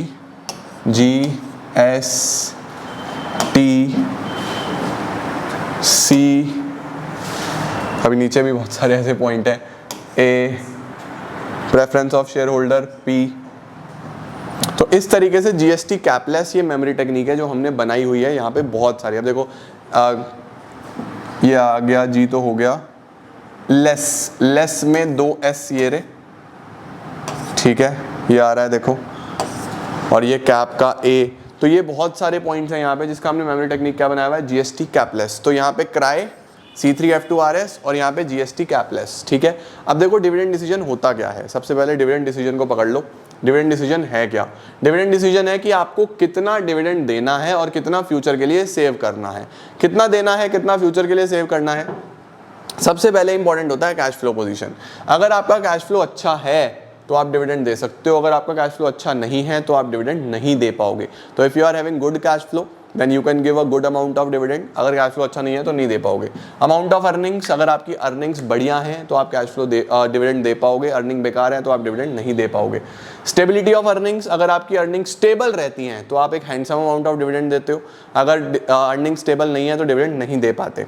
स्टेबिलिटी ऑफ डिविडेंड, कुछ कंपनीज ये पॉलिसी फॉलो करती हैं कि चाहे हमारा मार्जिन कम हो या ज़्यादा हो बट हम डिविडेंड स्टेबल रखेंगे, तो वहाँ पे ये कंपनीज अपनी रेपुटेशन के लिए डिविडेंड रेगुलर देती हैं, अच्छा देती हैं।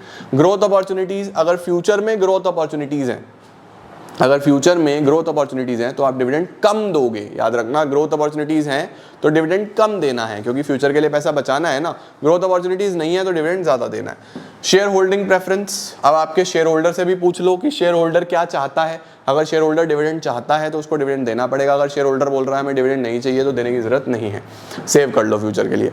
टैक्सेशन पॉलिसी, अब जो टैक्सेशन पॉलिसी है यहाँ पे आपको याद रखना है कि कंपनी को ना डिविडेंड डिस्ट्रीब्यूशन टैक्स देना पड़ता है, यानी कंपनी को एक डीडीटी देना पड़ता है जब कंपनी डिविडेंड डिक्लेयर करती है। तो उस सिनेरियो में अगर टैक्स रेट हाई है, अगर टैक्स रेट ज़्यादा है तो कंपनी को ऑब्वियसली टैक्स ज़्यादा देना पड़ेगा, तो कंपनी डिविडेंड कम देती है अगर टैक्स रेट ज़्यादा है। लेकिन अगर टैक्स रेट कम है, इतना ज़्यादा टैक्स नहीं है, तो कंपनी फिर डिविडेंड दे देती है, कोई दिक्कत नहीं है, ठीक है। स्टॉक मार्केट रिएक्शन, आपको ये देखना है कि आपके डिविडेंड देने या ना देने से स्टॉक मार्केट के क्या रिएक्शन आएगा। अगर आपकी गुडविल अच्छी बनेगी तो डिविडेंड दे दो, अगर कोई प्रॉब्लम नहीं है तो डिविडेंड मत दो, सेव कर लो फ्यूचर के लिए। एक्सेस टू कैपिटल मार्केट्स, अगर फ्यूचर में आपको पैसे की जरूरत पड़ेगी और आपकी अच्छी एक्सेस है, एक्सेस का मतलब रीच है, पहुंच है कैपिटल मार्केट्स तक, आप कैपिटल मार्केट से, कैपिटल मार्केट मतलब शेयर मार्केट से पैसा उठा पाओगे, आसानी से उठा लोगे, आपकी अच्छी एक्सेस है, तो उस सिनेरियो में आपको सेव करने की क्या जरूरत है, डिविडेंड दे दो यार। तो अगर आपकी एक्सेस है तो डिविडेंड दे दो, एक्सेस नहीं है तो डिविडेंड मत दो, सेविंग कर लो, ठीक है। लीगल कॉन्स्टेंट्स, लीगल कॉन्स्टेंट्स होते हैं कि डिविडेंड देने से पहले लॉ के बनाए हुए रेस्ट्रिक्शंस को भी देखना पड़ता है। जैसे लॉ क्या बोलता है कि डिविडेंड देने से पहले आपको आउटसाइडर फंड्स का पैसा देना पड़ेगा, यानी अगर कोई लोन लिया हुआ है तो उसको चुकाओ, क्रेडिटर का पैसा है तो वो दो। तो डिविडेंड देने से पहले हमें लीगल रेस्ट्रिक्शंस भी चेक करने पड़ते हैं। कॉन्ट्रैक्चुअल कॉन्स्टेंट्स, अगर आपने कोई कॉन्ट्रैक्ट करा हुआ है, फॉर एग्जांपल मैंने किसी फ्रेंड से लोन लिया हुआ है, तो डिविडेंड देने से पहले मुझे उसका पैसा चुकाना पड़ेगा, समझे। तो अगर मैंने कोई कॉन्ट्रैक्ट करा हुआ है और मैं वहां पे बाउंड हूं तो वो भी मुझे पूरे करने पड़ेंगे। तो ये सब फैक्टर्स हमारे डिविडेंड डिसीजन में आ जाते हैं, ठीक है जी। अब डिविडेंड डिसीजन के बाद फिर हमारे पास क्या आता है जी, व्हाट इज नेक्स्ट। 3 डिसीजंस हो गए, तीनों समझ में आते हैं, क्राई, C3F2RS और जीएसटी कैपलेस, ठीक है। एक जगह लिख के देखता हूँ, अगर मैं एक जगह ये फैक्टर दिखा पाऊँ आप लोगों को, तो यहाँ पे C रिस्क, R CRRI, ये क्राई हो गया, ठीक है। इसके बाद यहाँ पे C3F2RS cash flow cost control, F2 fixed operating cost, flotation cost, RS risk और S हो जाता है state of capital market. Then यहाँ पे जीएसटी कैपलेस, तो ये लिख दिया मैंने सारे जीएसटी कैपलेस। देखो सबसे पहले जीएसटी, GST, जीएसटी कैप में याद रखना डबल सी है, CCAP और लेस में LESS, ये सारे के सारे फैक्टर्स आते हैं आपके GST कैपलेस में, ठीक है जी। तो ये आपके सभी फैक्टर्स हो गए, डिविडेंड डिसीजन, GST कैपलेस, क्राई और C3F2RS, ये याद रखना, ओके। अब हमारे पास आ जाता है कैपिटल स्ट्रक्चर में कौन कौन से फैक्टर्स आते हैं। देखो यार, कैपिटल स्ट्रक्चर में मैक्सिमम फैक्टर्स वो हैं जो आप ऑलरेडी पढ़ चुके हो।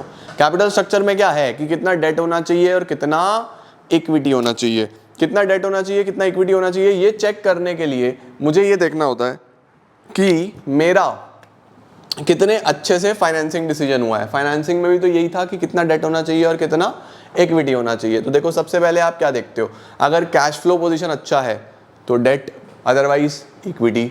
इंटरेस्ट कवरेज रेशियो इंपॉर्टेंट है, ICR का फॉर्मूला भी याद करके जाना। ICR होता है बेसिकली EBIT अपॉन इंटरेस्ट, कि मैं कितना पैसा बनाऊंगा और इंटरेस्ट कंपैरेटिवली कितना देना होगा। फॉर एग्जांपल अर्निंग है 10 लाख और इंटरेस्ट है 1 लाख, तो 10 लाख अपॉन 1 लाख 10 टाइम्स आ जाएगा, तो बहुत अच्छा है। तो अगर ICR ज़्यादा है, इंटरेस्ट कवरेज रेशियो ज़्यादा है, तो इस सिनेरियो में हम लोग क्या बोलेंगे कि इफ ICR इज मोर तो कंपनी ज़्यादा डेट ले सकती है। ICR कम है तो डेट कम लेंगी।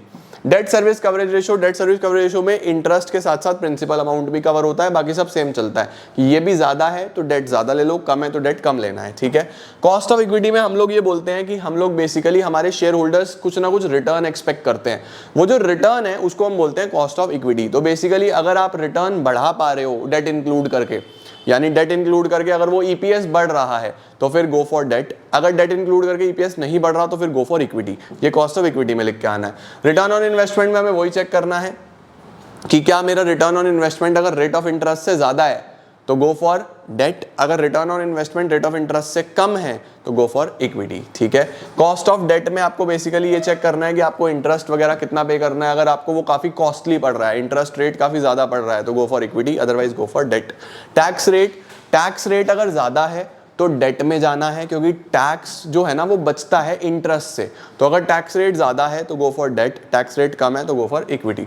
उसके बाद फ्लोटेशन कॉस्ट ऑब्वियस सी बात है कि शेयर्स की ज्यादा होती है, ऑल्दो डिवेंचर्स की भी होती है बट शेयर्स की ज्यादा होती है। तो फ्लोटेशन कॉस्ट अगर बहुत ज्यादा है तो you can go for other loans like bank loans या इस तरीके की चीजें हो सकती हैं। फ्लोटेशन कॉस्ट कम है तो you can go for equity. Risk considerations, risky debt ज्यादा होता है तो अगर रिस्क नहीं लेना तो गो फॉर इक्विटी, रिस्क ले सकते हो तो गो फॉर डेट। फ्लेक्सिबिलिटी, कर्जा लेके आपकी फ्लेक्सिबिलिटी थोड़ी सी खत्म हो जाती है, आप फर्दर और लोन्स वगैरह नहीं ले सकते हो, तो अगर फ्लेक्सिबिलिटी मेंटेन रखनी है तो गो फॉर इक्विटी, फ्लेक्सिबिलिटी का कोई चक्कर नहीं है तो गो फॉर डेट। कंट्रोल, अगर आप शेयर इशू करोगे तो आपके शेयर होल्डर्स का कंट्रोल जाएगा, तो अगर आप कंट्रोल लूज नहीं करना चाहते हो तो फिर go for debt. Control lose करने में कोई दिक्कत नहीं है तो go for equity. Regulatory framework यानी रूल्स और रेगुलेशन सेबी के भी मान के चलने पड़ेंगे कि सेबी क्या बोलता है, किस हिसाब से हम लोग को अलाउ कर रहा है या नहीं कर रहा है, तो उस हिसाब से रूल्स को देखते हुए ही काम करना है। स्टॉक मार्केट कंडीशंस वही है कि मार्केट अगर बूम पे है तो गो फॉर इक्विटी, मार्केट अगर डाउन है तो गो फॉर डेट। उसके बाद capital structure of other companies से भी आप एक आइडिया ले सकते हो कि दूसरी कंपनीज का कैपिटल स्ट्रक्चर कैसा है और वो आपको हेल्प करेगा आपका कैपिटल स्ट्रक्चर अच्छे से बनाने में, ठीक है। इसके बाद अब हमारे पास आती है फिक्स कैपिटल और वर्किंग कैपिटल। फिक्स कैपिटल में कौन कौन से फैक्टर्स आते हैं, नेचर ऑफ द बिजनेस, आप कैसा बिजनेस कर रहे हो। अगर आप मैन्युफैक्चरर हो तो आपको फिक्स कैपिटल ज़्यादा चाहिए होगा, अगर आप ट्रेडर हो जो बस खरीद के माल बेचता है तो फिर आपको इतना फिक्स कैपिटल नहीं चाहिए। Scale of operation, large scale पे काम करोगे फिक्स कैपिटल ज़्यादा, स्मॉल स्केल पे काम करोगे fix capital come. Choice of technique, अगर आप कैपिटल इंटेंसिव टेक्निक फॉलो करते हो यानी मशीनें वगैरह ज़्यादा यूज़ करते हो तो फिक्स कैपिटल ज़्यादा, आप लेबर इंटेंसिव यूज़ करते हो तो फिक्स कैपिटल कम। टेक्नोलॉजिकल अपग्रेडेशन, अगर बार बार टेक्नोलॉजी अपग्रेड होती है, बार बार अपग्रेड होती रहती है तो आपको फिक्स कैपिटल ज़्यादा चाहिए, अदरवाइज फिक्स कैपिटल कम। ग्रोथ प्रोस्पेक्ट्स, ग्रोथ ऑब्वियस सी बात है आप ज़्यादा फिक्स कैपिटल चाहिए अगर ग्रोथ है तो। डाइवर्सिफिकेशन, ज़्यादा प्रोडक्ट्स बनाना चाहते हो तो फिक्स कैपिटल ज़्यादा, अदरवाइज कम। फाइनेंसिंग ऑल्टरनेटिव्स, अगर आप लीज पे ले सकते हो, रेंट पे ले सकते हो वही मशीन जो आपको खरीदनी थी तो फिक्स कैपिटल कम। लीज नहीं है, रेंट नहीं है तो फिक्स कैपिटल ज़्यादा। लेवल ऑफ कोलैबोरेशन, अगर आप 2-3 लोग कोलैबोरेट करके मिल के वो एसेट खरीद सकते हो तो फिक्स कैपिटल कम। भाई एक को अकेला पैसा देना था, 2-3 को मिल के देना है, फिक्स कैपिटल कम। अगर आप कोलैबोरेट नहीं कर सकते तो फिर फिक्स कैपिटल ज़्यादा। इसके बाद वर्किंग कैपिटल में क्या होता है, वर्किंग कैपिटल में भी वही नेचर ऑफ बिजनेस, आप कैसा डील करते हो, किस प्रकार का बिजनेस कर रहे हो। अगर आप एक ट्रेडर हो तो आपको वर्किंग कैपिटल ज़्यादा चाहिए होगा। मैन्युफैक्चरर को डिपेंड करता है कि वो किस स्केल पे काम कर रहा है, अगर वो लार्ज स्केल पे काम कर रहा है तो उसको भी वर्किंग कैपिटल ज़्यादा चाहिए, स्मॉल स्केल पे कर रहा है तो वर्किंग कैपिटल कम चाहिए। बिजनेस साइकिल अगर आपकी बड़ी है सॉरी बिजनेस साइकिल में तो हम लोग ये देखते हैं कि बिजनेस किस तरीके से काम कर रहा है, बिजनेस में क्या चल रहा है, इकोनॉमी में क्या चल रहा है, कि बूम है, रिसेशन है, डिप्रेशन है या रिकवरी है। तो अगर बिजनेस बूम पे है, बिजनेस अच्छे तरीके से बूम पे है, तो उस सिनेरियो में वर्किंग कैपिटल की रिक्वायरमेंट ज़्यादा, क्योंकि प्रोडक्शन ज़्यादा, लेबर ज़्यादा चीज़ें चाहिए, वर्किंग कैपिटल ज़्यादा। बिजनेस डिप्रेशन में चल रहा है अभी, तो वर्किंग कैपिटल कम चाहिए। सीजनल फैक्टर्स, आपको अगर सीजनल प्रोडक्ट बनाते हो तो आपको उसको इन्वेंट्री करना पड़ता है, स्टोर करके रखना पड़ता है। जैसे एसी वगैरह का काम हो किसी का, या स्वेटर्स वगैरह का काम हो, तो उन्हें गर्मी में स्टॉक बना के मेंटेन करना पड़ता है, रखना पड़ता है, काफ़ी खर्चे आते हैं, तो वर्किंग कैपिटल ज़्यादा। अगर आप सीजनल नहीं है, डेली बनाते हो, डेली बिकता है, तो वर्किंग कैपिटल कम। प्रोडक्शन साइकिल, सामान बनता किस तरीके से है, raw material, work in progress, finish goods, semi finish goods, बहुत सारी चीज़ें होती हैं। पहले रॉ होता है, फिर वर्क इन प्रोग्रेस होता है, फिर सेमी वर्क इन प्रोग्रेस होता है, फिर हमारे पास फिनिश गुड्स होता है। मतलब बहुत सारी चीज़ें होती हैं जिस तरीके से प्रोडक्शन साइकिल बड़ी हो जाती है। तो अगर प्रोडक्शन साइकिल बड़ी है, समय ज़्यादा लगता है, लेबर ज़्यादा लगती है, खर्चा ज़्यादा आता है, वर्किंग कैपिटल ज़्यादा। प्रोडक्शन साइकिल छोटी सी है तो वर्किंग कैपिटल कम। क्रेडिट अलाउड और क्रेडिट अवेल्ड, आप उधार देते हो या नहीं देते हो। क्रेडिट अलाउड मतलब आप उधार देते हो या नहीं देते हो। आप उधार देते हो तो आपको अपना पैसा ज़्यादा लगाना पड़ेगा, क्योंकि सब कुछ तो उधार में बेचते हो, तो वर्किंग कैपिटल ज़्यादा। उधार नहीं देते हो तो वर्किंग कैपिटल कम। क्रेडिट अवेल्ड, आपको उधार मिलता है या नहीं मिलता है। अगर आपको उधार मिल जाता है तो अपना पैसा कम लगेगा, वर्किंग कैपिटल कम। उधार नहीं मिलता तो वर्किंग कैपिटल ज़्यादा। ऑपरेटिंग एफिशिएंसी, अगर आपके ऑपरेशंस बहुत एफिशिएंट हैं, बहुत अच्छे से चलते हैं, तो वर्किंग कैपिटल कम। एफिशिएंट नहीं है, खर्चा वगैरह ज़्यादा है, वेस्टेज ज़्यादा है, तो वर्किंग कैपिटल ज़्यादा। अवेलेबिलिटी ऑफ रॉ मटेरियल आसानी से मिल जाता है तो आपको स्टोर नहीं करना पड़ता, तो वर्किंग कैपिटल कम। आसानी से नहीं मिलता, इकट्ठा मंगाना पड़ता है, वर्किंग कैपिटल ज़्यादा। ग्रोथ प्रोस्पेक्ट्स, अगर ग्रोथ प्रोस्पेक्ट ज़्यादा हैं तो वर्किंग कैपिटल भी ज़्यादा, ग्रोथ प्रोस्पेक्ट्स कम है तो वर्किंग कैपिटल भी कम। लेवल ऑफ कंपटीशन, अगर कंपटीशन बहुत ज़्यादा है तो आपको स्टॉक मेंटेन रखना पड़ेगा, आप कभी भी शॉर्टेज अफोर्ड नहीं कर सकते, तो वर्किंग कैपिटल ज़्यादा। ग्रोथ प्रोस्पेक्ट्स बहुत ज़्यादा नहीं है, सॉरी लेवल ऑफ कंपटीशन बहुत ज़्यादा नहीं है, तो फिर वर्किंग कैपिटल आपको चाहिए कम।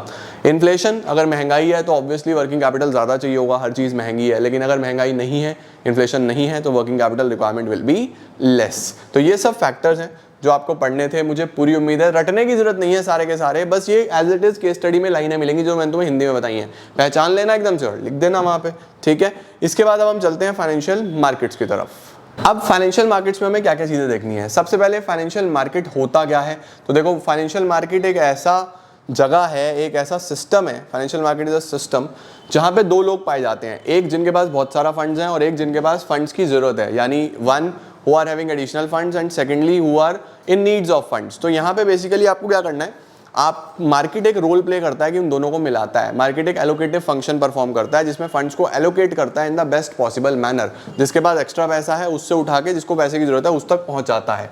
तो दिस इज मार्केट का मीनिंग। इसके बाद कौन कौन से फंक्शंस हैं जो मार्केट में परफॉर्म होते हैं। सबसे पहले मोबिलाइजेशन ऑफ सेविंग्स, आपकी सेविंग्स का प्रॉपर मोबिलाइजेशन होता है, आपकी सेविंग्स प्रॉपरली मोबिलाइज करी जाती हैं, यूटिलाइज करी जाती हैं, ठीक है जी। उसके बाद हमारे पास आता है facilitate price discovery. Facilitate price discovery का क्या मतलब होता है, फैसिलिटेट प्राइस डिस्कवरी का मतलब होता है मार्केट में प्राइस भी सेट होता है। कैसे सेट होता है, डिमांड सप्लाई से। भाई सेलर अब कोई भी चीज़ कितने की भी बेचने लगे तो नहीं बेच पाएगा ना, तो वो क्या करता है, प्राइस डिस्कवर करता है कि मार्केट में बायर कितने देने के लिए तैयार है और मैं कितने में बेच सकता हूँ। This is facilitating price discovery. Demand supply से होता है।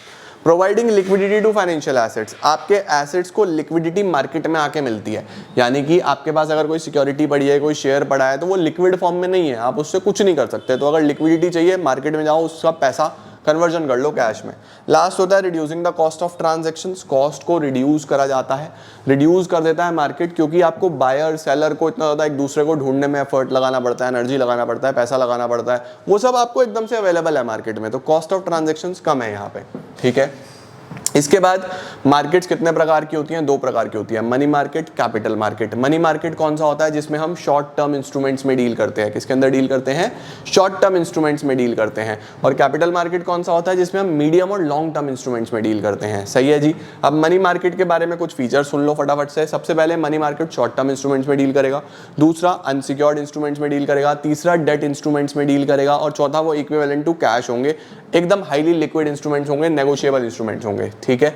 इंस्ट्रूमेंट्स कौन कौन से हैं जी, 5 प्रकार के हैं। Treasury bill, commercial paper, call money, certificate of deposits, commercial bills. बहुत सिंपल है, अगर किसी कंपनी को पैसा उठाना है, अगर किसी कंपनी को अपनी वर्किंग कैपिटल नीड्स के लिए पैसा लेना है और वो जनता से लेना चाहती है तो वो कमर्शियल पेपर इशू करती है, ठीक है। अगर किसी कंपनी को शॉर्ट टर्म नीड्स के लिए पैसा चाहिए तो वो क्या इशू करेगी, कमर्शियल पेपर। यूजुअली कंपनीज या तो वर्किंग कैपिटल नीड्स के लिए या फिर फ्लोटेशन कॉस्ट के लिए।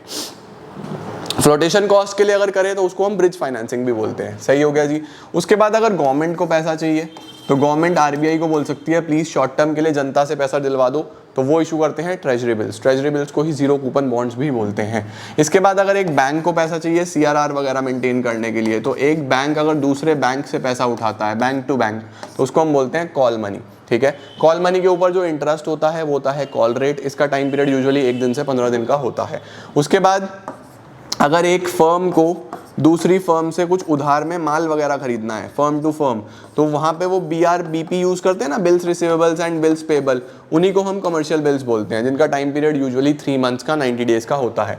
उसके बाद अगर एक बैंक को जनता से पैसा लेना है, if a bank wants to raise money from public, तो बैंक पब्लिक से पैसा उठा सकता है by issuing certificate of deposit. Certificate of deposits की मदद से बैंक पब्लिक से पैसा उठा लेता है। तो पांचों ही अलग इंस्ट्रूमेंट्स हैं, पांचों के ही अलग अलग यूज़ हैं, बहुत क्लियरली आप आइडेंटिफाई कर सकते हो, ठीक है। इसके बाद हमारे पास आ जाता है बेटा कैपिटल मार्केट। कैपिटल मार्केट का मीनिंग मैंने आपको बता दिया, डेफिनेशन आपको पता लगी गई। क्या डेफिनेशन है जी, मीडियम और लॉन्ग टर्म के इंस्ट्रूमेंट्स में डील करता है ये। इसके बाद इसमें काफ़ी ज़्यादा पैसा लगता है, कैपिटल मार्केट में large amount of funds long और मीडियम टर्म में डील करेगा। इंटरमीडियरी यहाँ पे मदद करेंगे आपको डीलिंग करने में। कैपिटल फॉर्मेशन होता है और गवर्नमेंट रूल्स और रेगुलेशन से चलता है। कितने प्रकार का कैपिटल मार्केट होता है? मनी मार्केट के कोई टाइप्स नहीं है, कैपिटल मार्केट 2 प्रकार का है, primary market, secondary market. Primary market को न्यू इशू मार्केट बोलते हैं क्योंकि यहाँ पे एक कंपनी शेयर इशू करता है इन्वेस्टर को, ठीक है। और सेकेंडरी को हम लोग स्टॉक एक्सचेंज बोलते हैं, स्टॉक एक्सचेंज, क्योंकि यहाँ पे एक इन्वेस्टर शेयर देता है दूसरे इन्वेस्टर को, ठीक है। तो सेकेंडरी में स्टॉक एक्सचेंज में एक इन्वेस्टर दूसरे इन्वेस्टर को शेयर देता है, इसको सेकेंडरी मार्केट बोलते हैं। परफेक्ट हो गया। इसके बाद क्या आता है हमारे पास? Stock exchange. स्टॉक एक्सचेंज का मतलब क्या है अभी बताया मैंने। स्टॉक एक्सचेंज एक वो चीज़ है, एक वो मार्केट है जहाँ पे सेकंड हैंड सिक्योरिटीज़ का सेल परचेज होता है। उसके बाद क्या फंक्शंस परफॉर्म करता है ये स्टॉक एक्सचेंज? इसके ये इकोनॉमिक बैरोमीटर है, ये हमें फ्लेक्सिबिलिटी देता है, लिक्विडिटी देता है, इस तरीके के कुछ फंक्शंस हैं, ये आप रीड कर सकते हो। ट्रेडिंग प्रोसीजर क्या है जी, ये हम अभी पढ़ने वाले हैं आगे कि किस तरीके से ट्रेडिंग होती है, क्या प्रोसीजर है। डीमेटेरियलाइजेशन क्या होता है? डीमेटेरियलाइजेशन होता है ऑनलाइन फॉर्म में शेयर्स का सेल परचेज करना, this is known as dematerialisation. Demat system कैसे काम करता है? डिपॉजिटरी सिस्टम में कौन कौन लोग होते हैं? डिपॉजिटरी में 2 लोग होते हैं, एक डिपॉजिटरी जो एक बैंक है एक तरीके से, और एक डिपॉजिटरी पार्टिसिपेंट जो एजेंट्स वगैरह होते हैं। ये इतना इंपॉर्टेंट नहीं है, आपसे नहीं पूछा जाएगा। स्टॉक मार्केट इंडाइसेस 2 प्रकार के होते हैं हमारे पास, ऑल्दो काफ़ी सारे स्टॉक एक्सचेंज है, 20 से 23 स्टॉक एक्सचेंज है, 20 से 23 का भी 21 का भी 22 ऐसे चलता रहता है।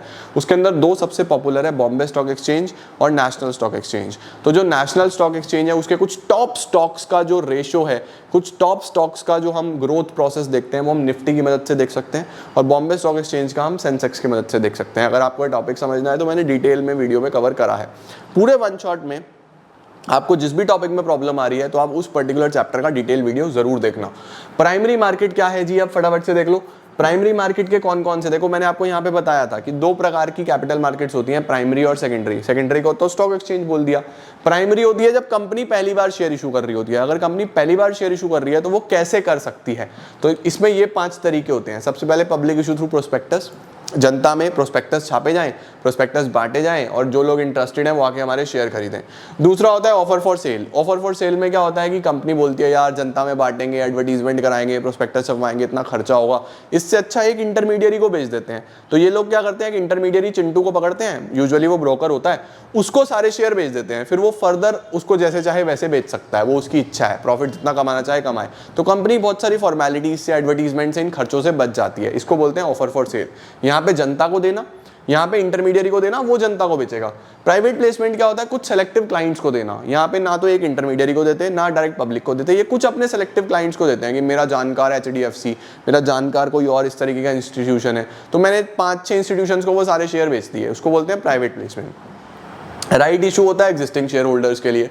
एग्जिस्टिंग शेयर होल्डर्स का मतलब क्या होता है कि फॉर एग्जांपल कि मैंने कोई 2001 में शेयर इशू करे थे, अब 2010 में मैं फिर से शेयर इशू कर रहा हूँ, नए शेयर इशू कर रहा हूँ, तो मैं पहले अपने एग्जिस्टिंग शेयर होल्डर से पूछूंगा कि आपको शेयर चाहिए क्या, प्लीज आप ले लो, तो उसको हम बोलते हैं राइट इशू।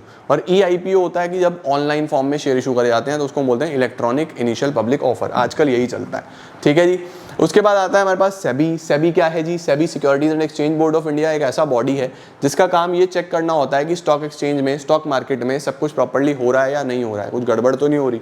तो सेबी का क्या पर्पज होते हैं? रेगुलेशन करना एक्टिविटीज का, यानी रूल्स रेगुलेशंस बनाना, इंटरेस्ट प्रोटेक्ट करना, इन्वेस्टर के साथ कोई फ्रॉड ना हो वो बचाना, फ्रॉडलेंट एक्टिविटी रोकना और कोड ऑफ कंडक्ट मेंटेन करना। तो कितने फंक्शंस हैं जी? पक्का एग्जाम में आ रहा होगा। हमारे पास 3 फंक्शंस होते हैं सेबी के। रेगुलेटरी, जिसमें सेबी रूल्स और रेगुलेशंस बनाता है। डेवलपमेंटल, जिसमें सेबी अलग अलग इंटरमीडियरीज की ट्रेनिंग कराता है ताकि उनका डेवलपमेंट हो पाए।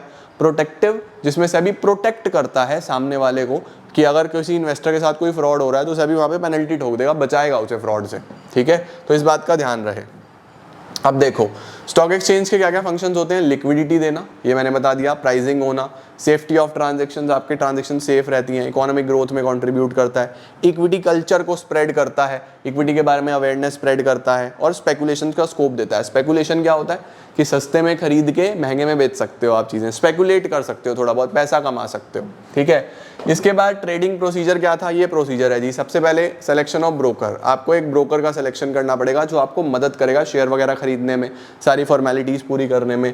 फिर आपको एक अकाउंट खोलना पड़ेगा डिपॉजिटरी के साथ, जिसको हम बोलते हैं डीमैट अकाउंट, जिस अकाउंट में आप ऑनलाइन फॉर्म में डीलिंग कर पाओगे। तो ब्रोकर सेलेक्ट करो, डीमैट अकाउंट खोलो, ऑर्डर प्लेस करो, इसको हम बोलते हैं placing the order. Order place करना, ऑर्डर प्लेस करने के बाद क्या होगा जी? Matching the share with the best price, आपके शेयर को बेस्ट प्राइस के साथ मैच करा जाएगा। जब बेस्ट प्राइस मिलेगा तो आपको शेयर एग्जीक्यूट कर दिया जाएगा, ऑर्डर एग्जीक्यूट कर दिया जाएगा। फिर एग्जीक्यूटिंग द ऑर्डर, ठीक है।